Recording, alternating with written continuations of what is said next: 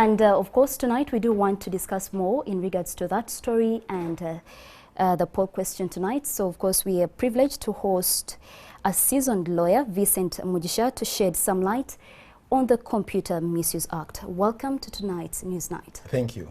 First of all, what is the Computer Misuse Act?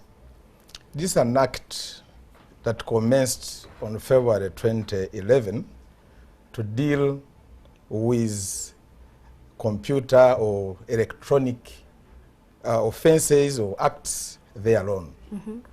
And it creates offenses, and these offenses are triable in Ugandan courts. Maybe if I may ask just a personal question. Do you think this Computer Misuse Act is necessary? Every legislation, there must be a reason why it is there. I therefore say it is necessary because it is an operation. Okay. However, it depends on who. At the moment, it is necessary to control this misuse. At the same time, it is necessary to check on you who is using these electronic computer or telephones, whatever name it. It controls you. The law is there to control so that you don't throw stones on glasses that does not belong to you. Yes. And that brings me to the question that could be a concern to many. How safe are we as we communicate online? As long as you are not vulgar, you are not obscene, you are not indecent, then you are safer. Because the act actually prevents you from being indecent, from being obscene, from threatening people on the computer, on your phone. I will kill you. I will murder you. The law is there to regulate you. That's why that law is there. What are the likable punishments? I know we've seen Stella Nyanzi is now going to serve a sentence in jail, but what are the other punishments apart from being sentenced? There is a provision for a fine of 70 currency points, which is about 1.4 million. And the 3 years, so Stella Nyanzi at 9 or 18 months they have talked about, the maximum is 3 years. They would have gone 3 years if they so wished. It depends on the magistrate here. And do you think this law, for a fact, if you've watched the stories that we've been able to broadcast tonight, you know for a fact that Stella Nyanzi is going to be the very first person to go down in history as a victim, or you would want a term as someone who's fallen victim to this act. Yes. Do you think it will start to bite more? I think it will. People must be careful with what they send on social media. Because much as the constitutional provision that there are freedoms of speech, press, and media. Then there is another article that regulates that, please, those freedoms must be controlled. Don't go to step on other people's freedoms. So these people are also allowed to be in this country. Other people, you're also allowed to be in this country. So when you are using these communication gadgets, be mindful of the people you send to. Don't threaten them. Don't send indecent or obscene material on the computer or your phone. Otherwise, you'll be caught. I would say that the Constitution is supreme. Yes, freedoms, you are allowed those freedoms. But that other article prevents you from stepping on other people's freedoms.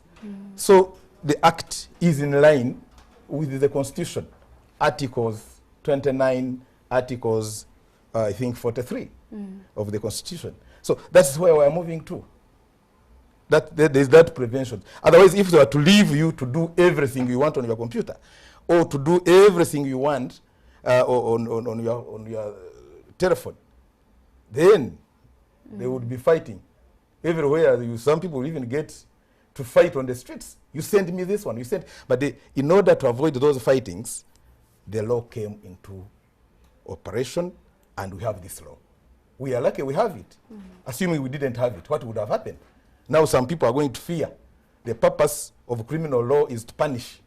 Now people will start knowing that if I do this on the social media, then I'm going to be punished. Let's talk about the part where if someone is in another country but they're Ugandan, Yes. and they communicate or they freely say something on social media that could be termed as offensive. Yes. Do you think they're liable to fall victim to this act?